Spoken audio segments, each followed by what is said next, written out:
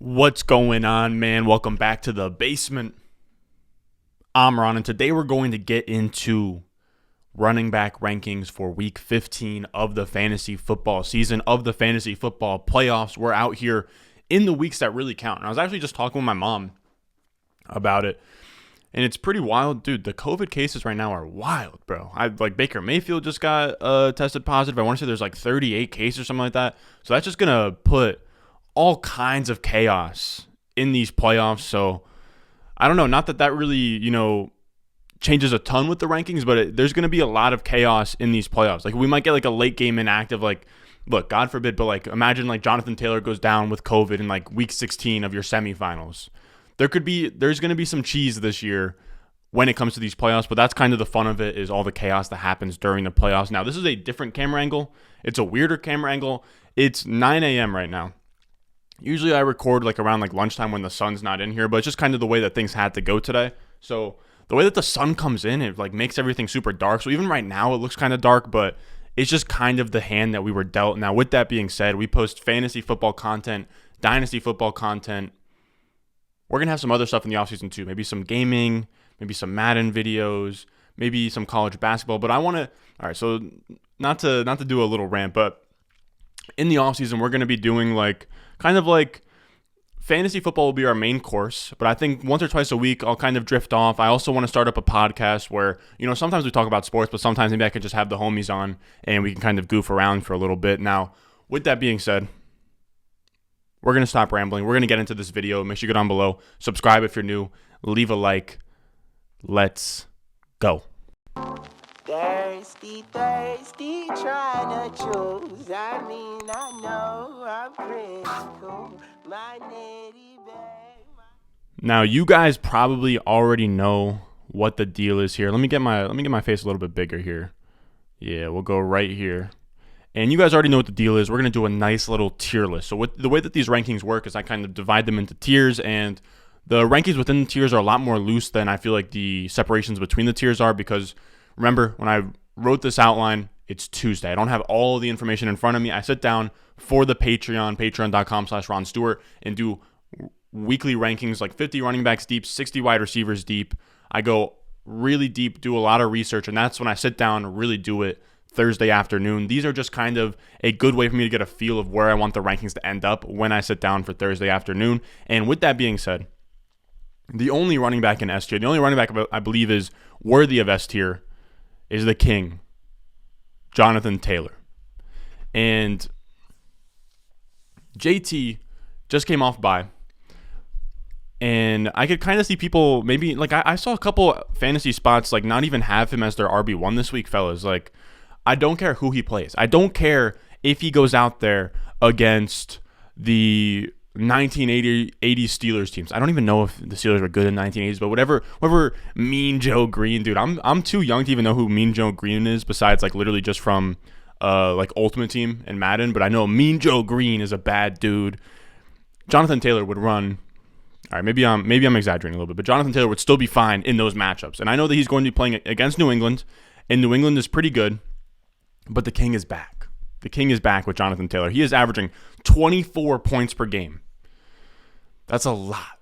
24 points per game is huge. That is that legendary running back ceiling upside that we're talking about. He is the legendary running back for this season, as long as he just kind of keeps up this pace. The next highest is Austin Eckler, 21.6 points per game. That is a crazy jump. That jump from RB1 to RB2 is 2.4 points per game, which is massive. I wish I did the math and could kind of figure out the gap between 1 and 2, and then the gap from 2 to however.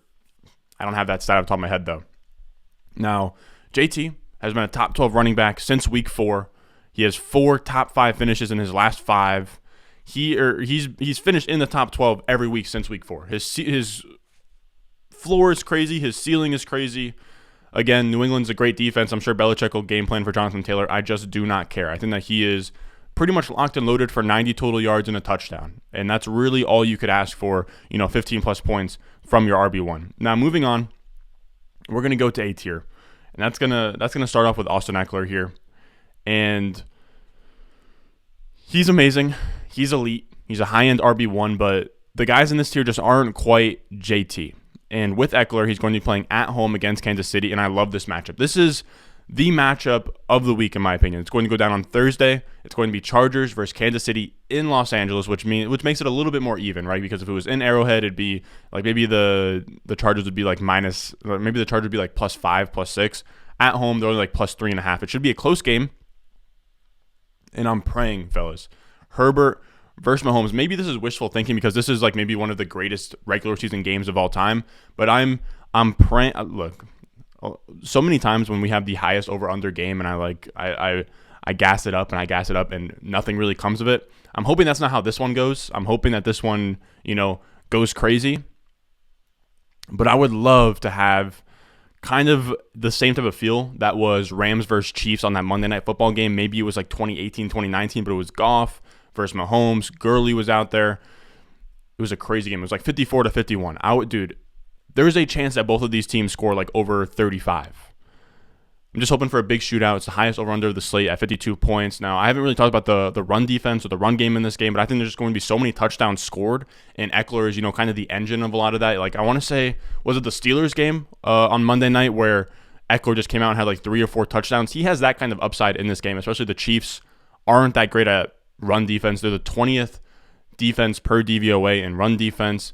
And again, this could be a multi-touchdown game from Austin Eckler, so I have him at RB2. Then we have Dalvin Cook. He's going to be in Chicago, and it kind of felt like last week he had his first, real Dalvin Cook type game of this season, which is weird to say. It was his first 30-point game since week 9 of last season, which is a long time. I mean, like 30 points is nothing. It isn't an easy task, but he hasn't realized that ceiling since last season. Now, I'll be honest with you, I didn't get to watch until like the fourth quarter of the Thursday night game because I was at the Seton Hall game versus Texas last week. But from what I've seen on the stat sheet, Dalvin Cook looked great. And then we have this week, again, with the COVID thing, Alexander Madison's on the COVID list. He might miss time.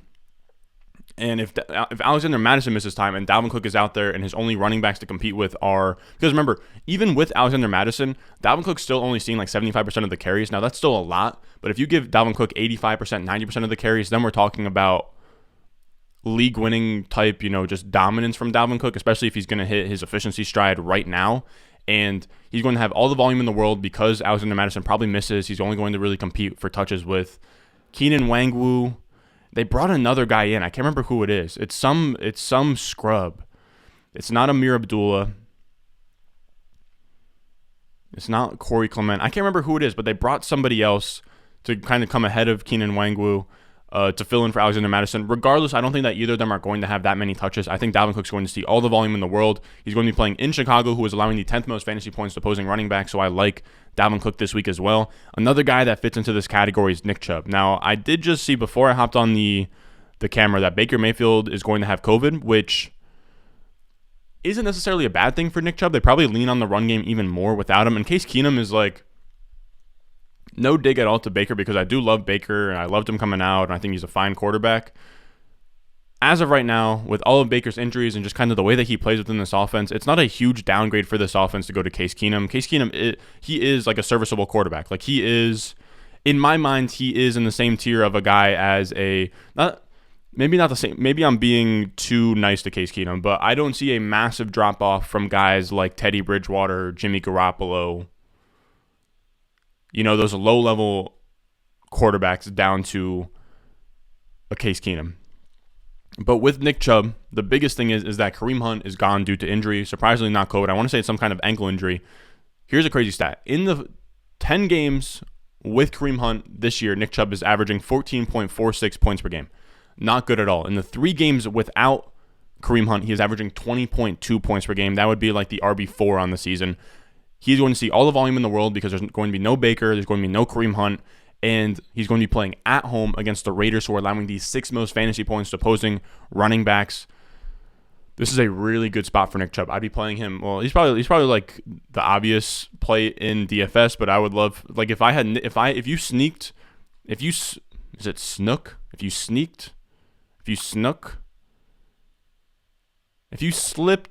Nick Chubb into the playoffs, right? You kind of snuck him in there.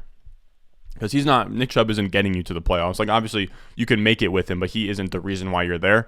he could be the hammer. He could be the guy that, didn't produce all season, but he could give you if he gives you a 3-week stretch right now with Kareem Hunt gone, averaging like 25 plus points per game, it wouldn't shock me in the slightest. Then our last running back in this tier is going to be the one and only Alvin Kamara, who looked back to himself last week. He murdered my Jets at 24.5 PPR points, just went absolutely crazy, was juking people out. It was really ugly for the Jets. But now he has a tougher matchup in Tampa Bay, but I'm not too worried because Kamara is quietly being absolutely fed, even with Taysom Hill, even with all the chaos of what's going on with their season and like 3 different quarterbacks. Alvin Kamara leads the NFL in expected points per game. And expected points per game is your expected points is, how many touches you have, how many receptions, or pretty much how much volume you're getting. So how many targets, how many carries, where you're getting your carries, like near the goal line. It puts it all into an algorithm of you got X amount of touches in these points of the field. How many points should you have scored on those given touches? Alvin Kamara is leading the league in expected points per game with 21.2 expected points per game. He is getting an insane amount of volume, an insane amount of work through the passing game, through the running game. And now he just came off of a game where he's been kind of quiet in the passing game this year, and he only had 5 targets, but he had a 25% target share, which is much more in line of where you're usually getting with Alvin Kamara or what you're usually getting from Alvin Kamara. And Tampa Bay, again, has a really good run D, but because of Kamara making up for the lack in production in the run game through the air with his high target share, I think that Alvin Kamara will be absolutely fine this week. Now let's take a little bit of a water break.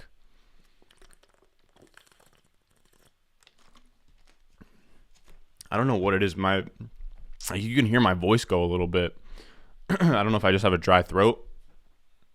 Maybe I have the vid, probably not. Also, this is like this is like essentially the 1-year anniversary of when I got COVID. For those of you guys, dude, you would have to be an extreme OG. If you go back to my videos, dude, I stopped posting for like 2 weeks. Well, it was a bitch move by me. I gotta be honest with you guys. Like, if I got COVID right now, maybe I wouldn't post every day like I do now, but I would still get videos up for you guys. I literally stopped posting for like 2 weeks. I got COVID. And I just like stopped posting. I came back in like a live stream. It was like, what's good? That was back when we were at like maybe like 300 subscribers last year, which is crazy. But I gotta be honest. Like all right, so this is gonna sound really fucked up. But I kind of miss having COVID. I miss being like, because I had this like essentially I made this futon my bed and I stayed down here and I literally watched Avatar: The Last Airbender for 2 weeks straight doing nothing. I don't know.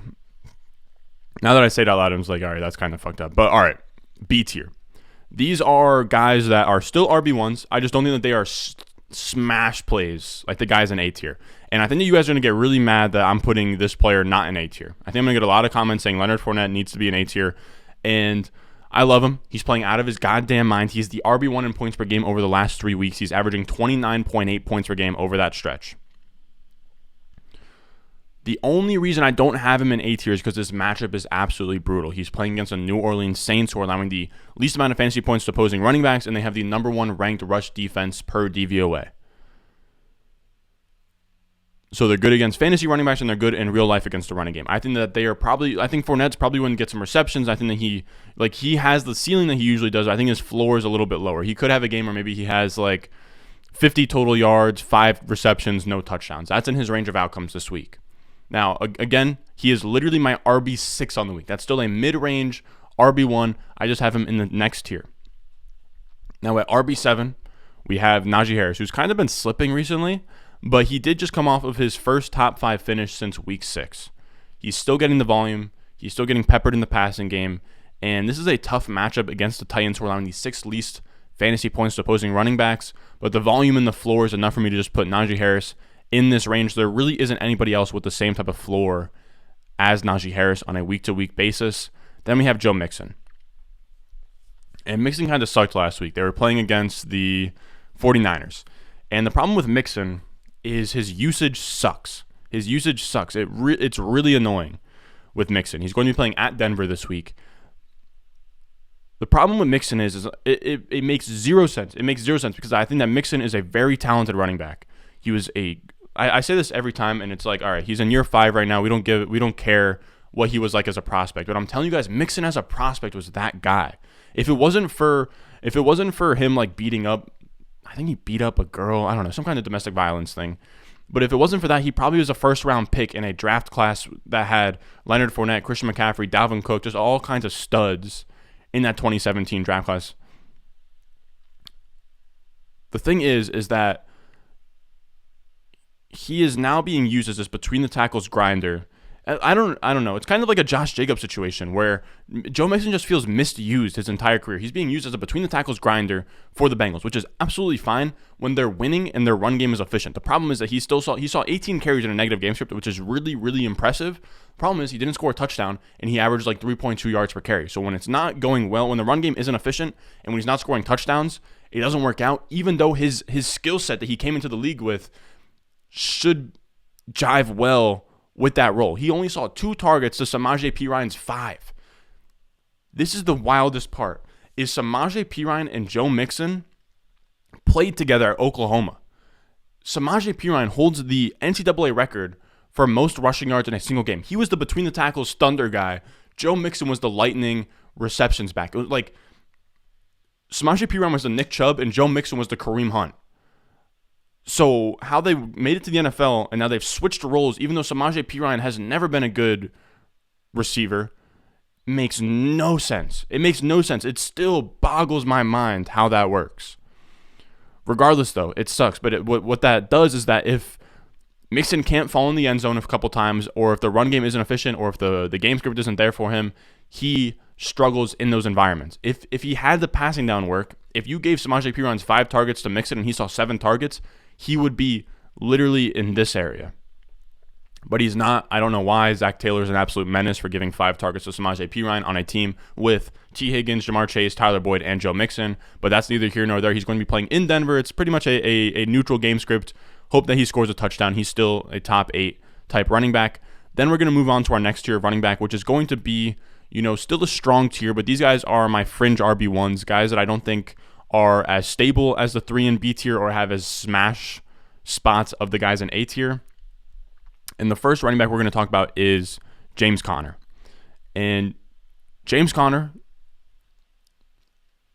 had the injury on Monday night, so we don't know what's going on with James Conner. We'll see how all that shakes out. But as of right now, if he plays, I have him at RB9 because he's finished as an RB1 in 4 of his last 5 weeks. Now, I know that Chase Edmonds is going to be back, or he most likely is going to be back.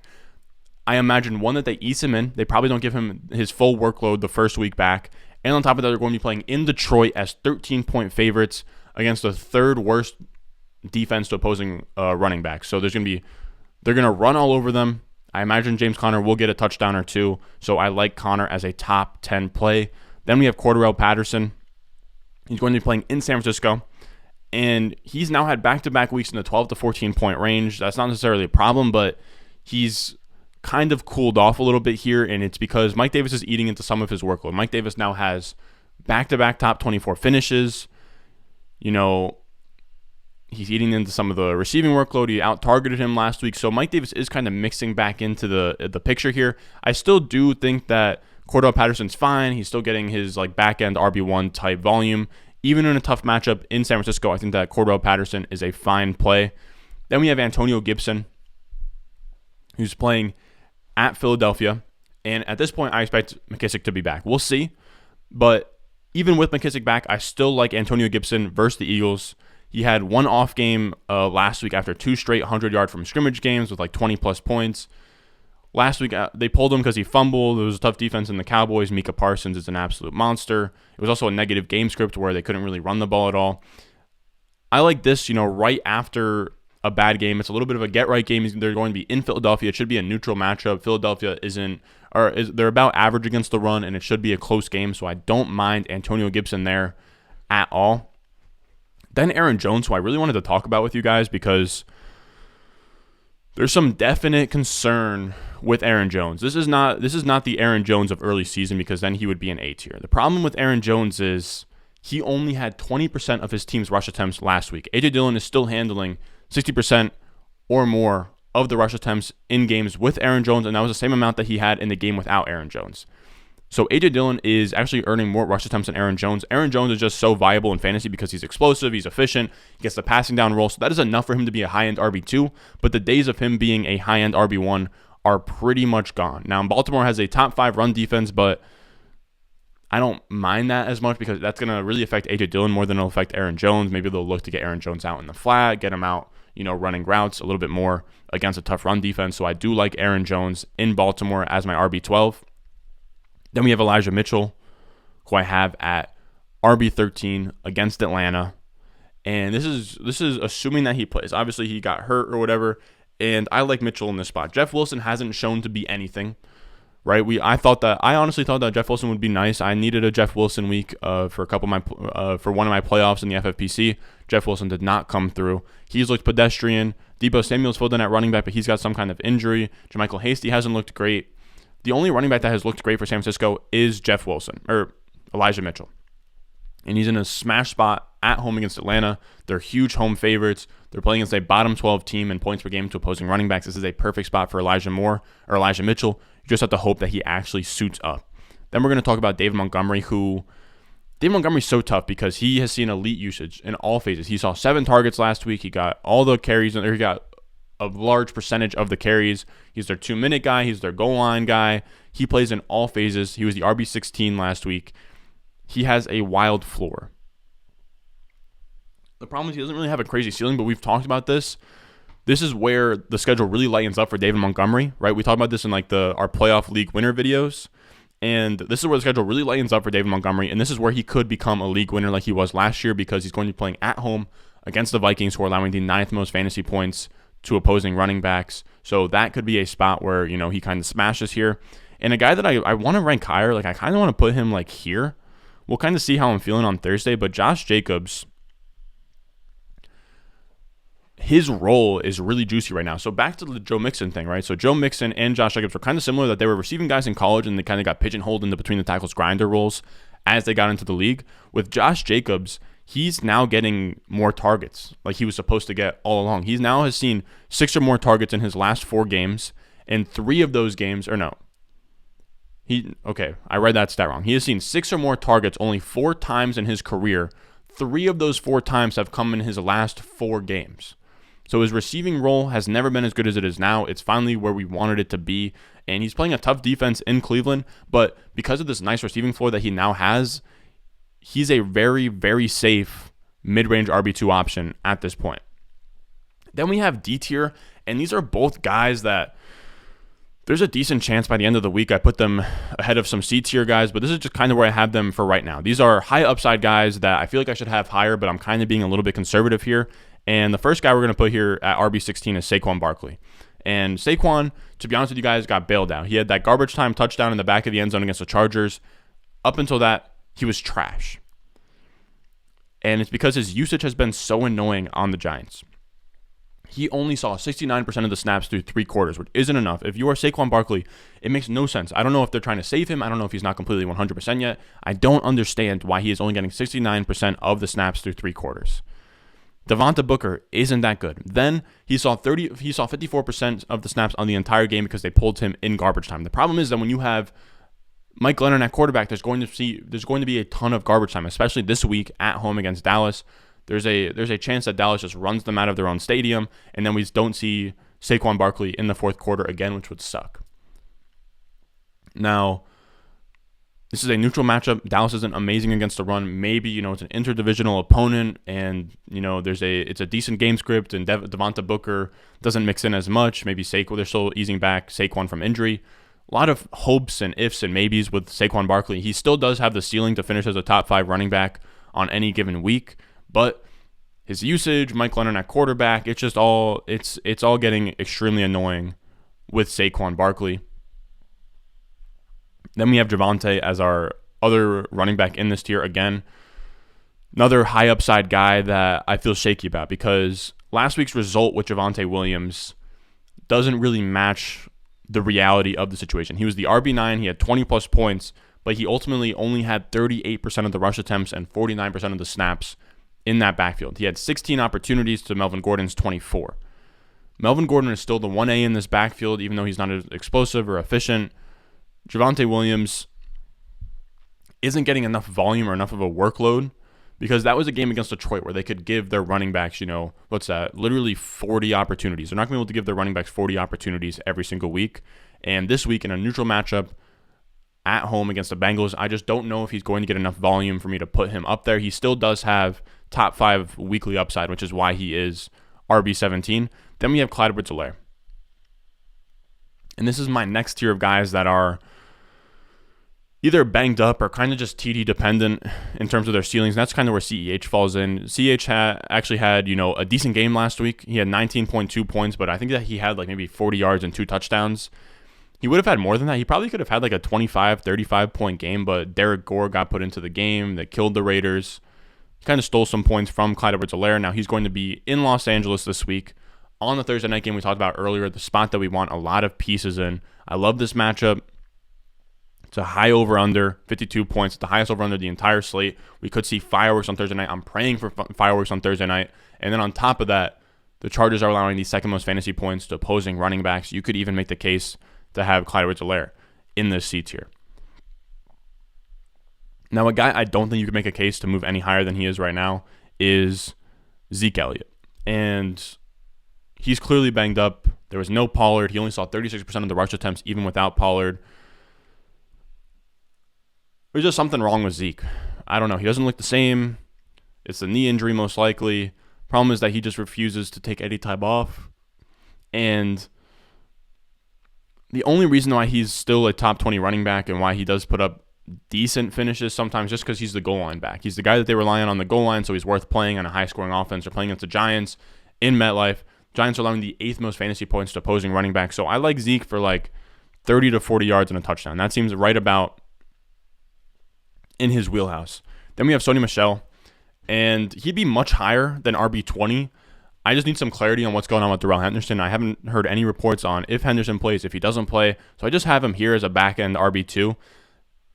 Sony Michelle, in any games where Darrell Henderson's not in, is a top 10 running back. The guy had 20 carries on Monday Night Football. I know that the production didn't really match. He didn't have that many fantasy points, but he is going to get 20 touches in any games without Darrell Henderson. They love giving him the ball. Sony Michelle looks decently efficient. They're going to be playing at home against Seattle, which is an absolute smash spot. Seattle's allowing the 3rd most fantasy points to opposing running backs. So as long as Henderson is gone, you can move Sony Michelle all the way into probably the back end of the B tier. Then we have James Robinson at RB21, who we'll put right here. And I'm kind of optimistic with J-Rob. He had his highest rushing share that he's seen in quite a bit of time. He saw 75% of the rush attempts. The game was just an awful game script. They were playing against... Who did the Jaguars just play? I can't remember who it was, but they got killed. They got absolutely killed last week. And the problem is that they just weren't in a spot where... I'm trying to think now. Was it the Rams? No. The Rams played...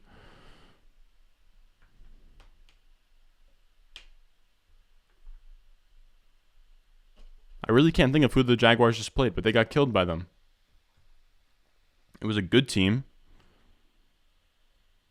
Wasn't the Packers. Wasn't the Dolphins. I don't know why that's slipping from me. Regardless, though, probably shouldn't have even taken that long trying to think about that. Regardless, James Robinson, awful game script. Then he has this week, bounce back spot against the Texans. So now he's seeing more rush attempts. He's seeing more volume. He's going to be playing at home against the Texans. That should be a close game between two really bad teams. So he's not going to get game scripted out of running the football. And the Texans are allowing the 5th most fantasy points to opposing running backs. I like James Robinson as a kind of a playoff league winner. Then we have Melvin Gordon at RB22. I hate this tier. All these guys, if you want to put a fresh set of 3 guys in F tier, I wouldn't even knock you. Once you get past the top 20 running backs, it gets extremely tough ranking these guys. Now, I have Melvin Gordon here because, he's been seeing more volume than Javonte. Doesn't have as high of a ceiling, but he did have that massive touchdown spike last week. He's in a neutral matchup. He's essentially just a poor man's version of what starting Javonte Williams is. He's going to be playing at home against Cincinnati. Again, kind of a neutral matchup. Then we have Devonta Freeman at RB23, who's going to be playing at home against Green Bay. And if Lamar Jackson misses any time, I don't know if Lamar's going to play. If he isn't going to play, Devonta Freeman sees a little bit of a ding in efficiency, but he'll see more overall volume. He'll see more rush attempts, more pass attempts. And Devonta Freeman has shown in that role that is absolutely fine. Now, he's going to be playing at home against Green Bay. Green Bay is about middle of the pack against the run, so not really a juicy matchup or anything, but I still do like the volume. I like Devonta Freeman as a lead back, especially if Lamar Jackson is not playing. Then we have Rashad Penny. at RB 24 in Los Angeles against the Rams. And this was close because I wanted to also I was thinking about A.J. Dillon. Pretty much just A.J. Dillon was the only guy I was really thinking about here. But with Rashad Penny, he's going to be playing in L.A. against the Rams, and he's going to lead this backfield. He was the lead guy last week. There's a chance that they come out this week, they use him as the main guy, and they just relegate Collins, Adrian Peterson to like change of pace back stuff, maybe like barely any touches, and then have like Travis Homer as their passing down back. They could give Rashad Penny even more volume after kind of showing, what he's capable of last week. And I just can't imagine Pete Carroll doesn't give him every opportunity to succeed. He drafted this guy in the first round. He's rooting for him, et cetera, et cetera. It's a tough matchup in LA, but I kind of like the uncertainty of, we don't really know what Rashad Penny is yet. He just has this feel. Now, he's probably going to come out here, fall flat on his face, but he has this feel of a guy that could be a playoff league winner. So I like him as an RB at RB 24 as like a fringe RB2 this week. Now, with that being said, that is going to do it for us today, fellas. I love you guys. If you want access to my entire rankings, my top 50 running backs, top 60 wide receivers, standard, point five PPR, all that good stuff will be on the Patreon, patreon.com/Ron Stewart. It'll be in the description. It'll be down below in the comments. I love you guys. I'm going to hop off here, eat some breakfast, do a nice little outline. So we'll do the wide receiver rankings tomorrow. As always, I love you guys, and I'll see you in the next one. I got the juice, I got the juice. Channel, Chatham's on. Foolies glad I'm home. Even my haters kinda glad I'm on. Rest in peace to my vagabond. Rapper, song, singer, suspended, subpoena from Mr. Meaner.